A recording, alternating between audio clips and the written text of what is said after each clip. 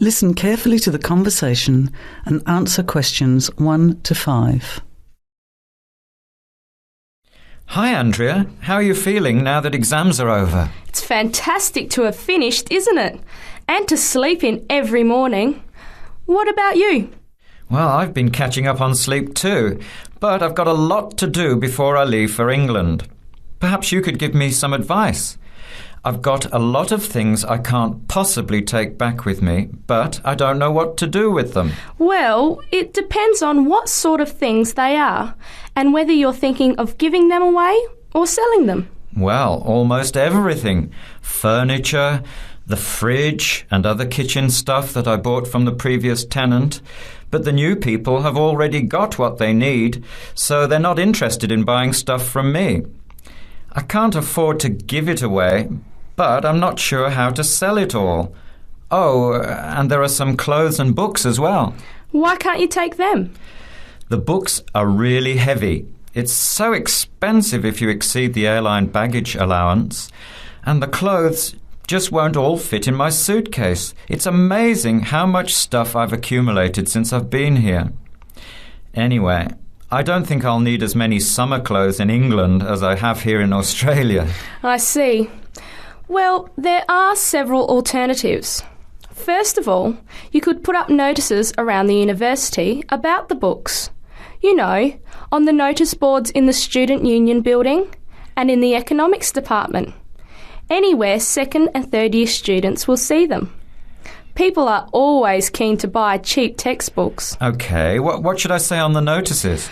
Just put the titles, authors and price you want, your name of course, and maybe put your phone number on those little tear-off tags. That's a good idea. And what about the furniture? You could try doing the same thing, but usually students are away all summer, so they don't want to buy furniture now. Another place to try might be a second-hand shop. Someone from the shop will usually come around and give you a free quote, and then you can decide. But you don't usually get much money for that sort of stuff. Before you hear the rest of the conversation, you have some time to look at questions 6 to 10. Another alternative is to put an advertisement in the Trading Post. Do you know that paper? It comes out every week advertising things people want to sell. You have to pay to put the advert in and then hope people phone. Give them as much information as possible, and if they're interested, invite them to come and have a look. The hard part is agreeing on a price. No, I haven't seen the Trading Post, but I should have a look at it. And I could advertise the fridge, the microwave and the furniture. But the kitchen stuff isn't really that good. You know, old cutlery, a few pots and pans and some plates and things. What shall I do with them? Well, another option is to donate the kitchen things to a charity shop. You know, like the Salvation Army or St. Vincent de Paul. Why don't you get a second-hand shop to give you a quote first? Yes, I could do that. Find out how much they'll give me and then decide whether to sell them or give them away. But I've still got the clothes. A charity shop will take them too, as long as they're in good condition. And even though you don't get any money, at least you know that someone who really deserves some help has benefited. That's a good point. I'll advertise the expensive stuff, the furniture, and donate the clothes and kitchen stuff. Let's go and buy a Trading Post and you can help me write the advert. Well, actually, I'm interested in buying the fridge and the microwave, depending on the price, of course. OK, let's see how good you are at bargaining. Listen carefully and answer questions 11 to 15. Hi everyone, it's good to see such a big turnout at our Nature Club session for June. Just before we start this evening's workshop, I'd like to draw your attention to what we have in store for you in the second half of the year. First of all, the guided bushwalk. This is always a favourite. starting out on the Springvale Plateau and continuing down into a section of the state conservation area. Last year, we invited children aged 8 and over if they came with a parent, but the track has been washed out in a few places since then, and it can be quite rough. So, this year we considered restricting it to adults only. However, on reconsideration, the committee has now decided to recommend it for all bushwalkers who are over the age of 12. Another very popular option is the bird observation walk. We'll be searching for both migratory and native birds as we walk through tidal marshlands and mangroves, and you can expect to get your feet uncomfortably wet and muddy if you don't wear rubber boots. These are a must. The leader will have a strong pair of binoculars, so we'll rely on her to name the species for us. And we've ordered some bird identification books that you may wish to purchase at a later date. From the bush to the swamp and now to the sand dunes. Our leader will help us identify plants native to the local area as well as some invasive weed species. We'll be asking for volunteers to help pull out the weeds where possible, so a pair of sturdy gardening gloves is essential. Spades and other tools will be provided. It could get very hot and you'll need water, plenty of it, but a local business owner is willing to provide bottled water free of charge. The next outing, Bush Tucker, is a new one. Have you ever wondered what life in this country would have been like 200 to 2,000 years ago? Well, come on this trip and you'll find out how the indigenous inhabitants used local plants as food and medicine. Because lunch is included in this trip, there will be a small charge per person. We had originally thought $7 would cover the basics, sausages and bread followed by tea and coffee, but then we thought a few different cuts of meat and salad would be nice, and that brought the price up to $12 a head. At one stage we even contemplated including seafood, but that would have been a bit too expensive, around $15, so meat and salad it is. We expect this to be a popular event, so we'll need advance bookings to organise the catering. Please let us know your intentions by the 10th of November, and be aware that we'll require prepayment by the 15th of November. You can still change your mind and get a refund up to the 25th of November, but after that date, if you pull out, you'll forfeit the money paid. Now listen and answer questions 16 to 20. Well now, if you can give me a few more minutes of your time, I'll fill in a few details for you. The bushwalk, led by Glenn Ford, is first up in July, on the 2nd of the month. It'll start from Springvale as usual, but this year we'll be setting off in the morning at 9:15 and we'll get back at 1 in the afternoon.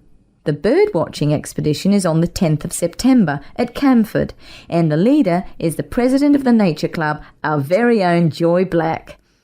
If you have any questions at all about bird life, Joy is the person to ask. This is a twilight outing from 4:30 to 6:30. Next up is the trip to the sand dunes on the 26th of November with Rex Rose. A bit of an early start, especially for those of you with a fair way to travel, but we'll meet at the observation hut at 8:30. That's the observation hut, 8:30 till 10:30. And even at that time of the morning, it'll be very hot, so come prepared. The last trip on the program is the Bush Tucker excursion on the 3rd of December with Ranger Jim Kerr. This will be at Carson Hills, and the presentation and demonstration will take place from 10 a.m. till 11:30, but be prepared to stay on for the barbecue and Bush Tucker lunch at 12 o'clock. I expect we'll wind up at 2, and you can head for home at that time. Well, that's all I have to tell you. A booklet will be mailed out to you later with those events, dates and times, but don't wait, put them on your calendar now.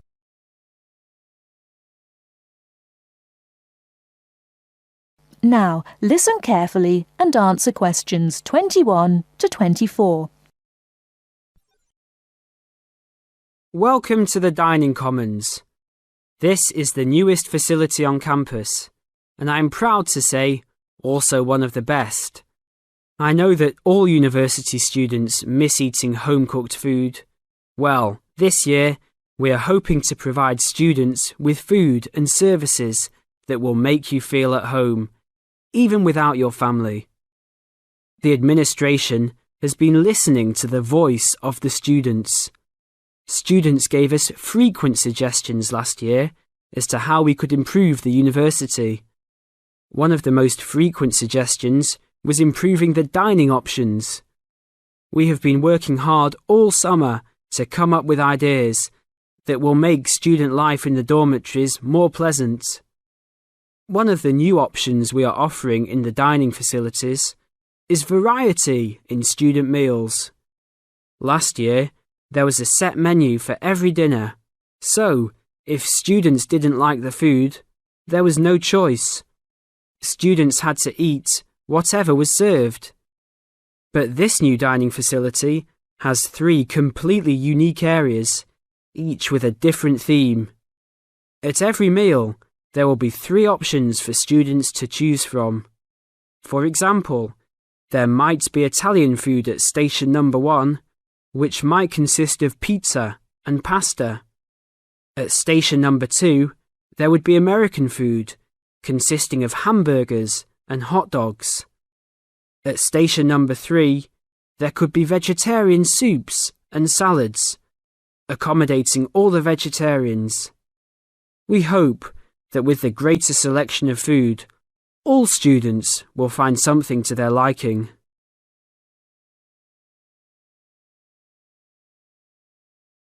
Now listen and answer questions 25 to 30.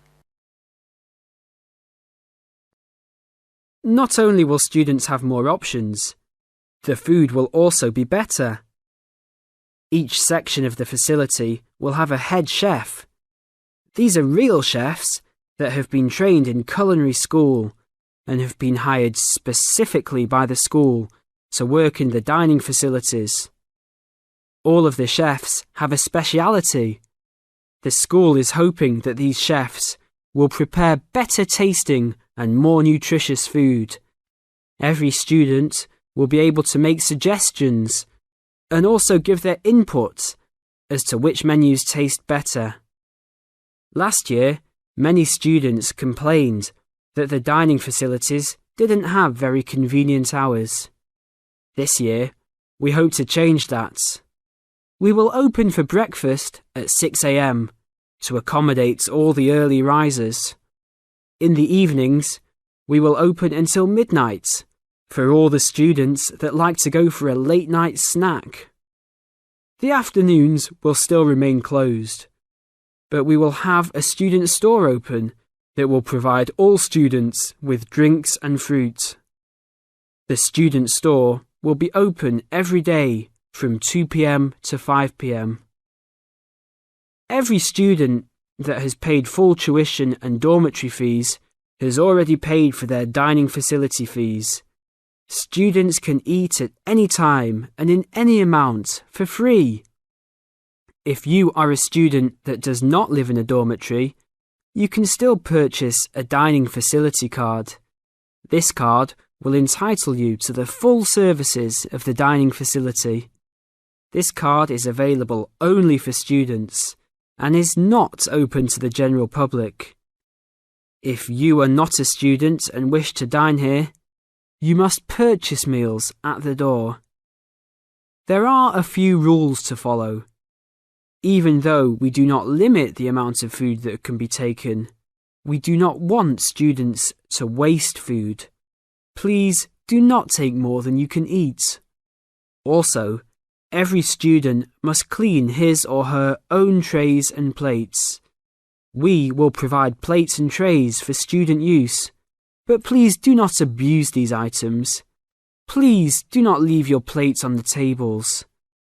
Your parents are not here to clean up after you anymore, so I hope all students will be responsible. Thank you for your attention and enjoy the upcoming year.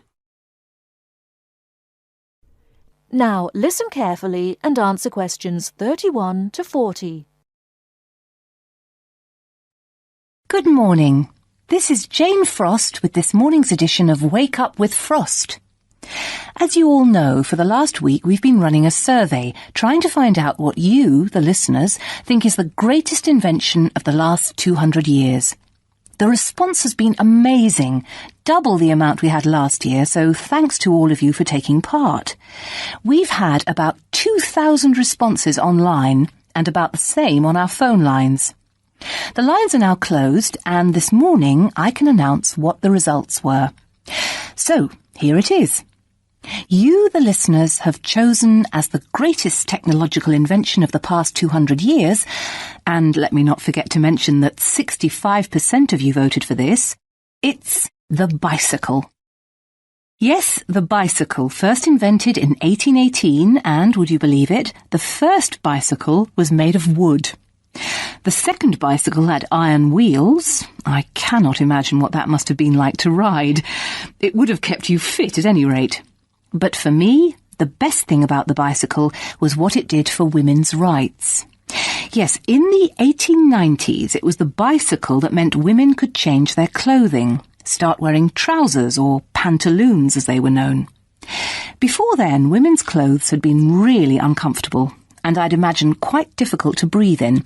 So, thanks to the ordinary bicycle, it was not only the man who wore the trousers in a home. Instead, women could now feel far more equal to their male contemporaries. And I'm sure you'll agree, the bicycle is a great way to get regular exercise, and of course, it's much better for the environment. And today, over 1 billion people all over the world ride bicycles, and for some, it's their only means of getting around from A to B. So, to all you bicycle riders out there, keep up the good work. Coming in a close second with 42% is the computer. I found out something interesting about the computer, which is that really, this word first meant someone who did mathematical calculations. Of course, today, with the development of the personal computer, computers are being used for everything from home use to business and even digital photography. I don't know about you, but I can't imagine life without a computer now. I guess closely related to the computer is the internet, and this got 12% of your votes. Maybe, like myself, many of you might think of the internet as being the World Wide Web, but actually the web is only one part of the internet. The internet began as part of the United States military network, but it later began to be used by businesses and academic institutions. Of course, today, the internet has so many uses. We use it for shopping online and entertainment, as well as to find information and send emails. But sadly, there is a darker side to the internet, and some of you have sent me emails about this. Finally, with 5% of your votes, is the radio. We think the radio was invented by Marconi in 1896, and he opened his first radio or wireless factory in the United Kingdom in 1898. In 1906, a man called Reginald Fessenden gave the first radio broadcast from Massachusetts. Ships could hear him at sea, and apparently he played the violin. As yet, listeners, I've spared you from having to listen to my guitar playing. But certainly radio is still important. Let's not forget that it was by radio that the Titanic sent signals to other ships. And with the popularity of TV today, I was secretly pleased so many of you had still placed importance on the radio. So, there you have it, the results of our survey. I think there are still important inventions that were not chosen but deserve a mention. Nuclear power and, of course, communications satellite, something which I am certain will continue to change the face of how we communicate with each other over both long and short distances. In fact, for me, the mobile phone is one of the greatest inventions of the last 200 years, if I think back to my first phone and then I look at what is happening now.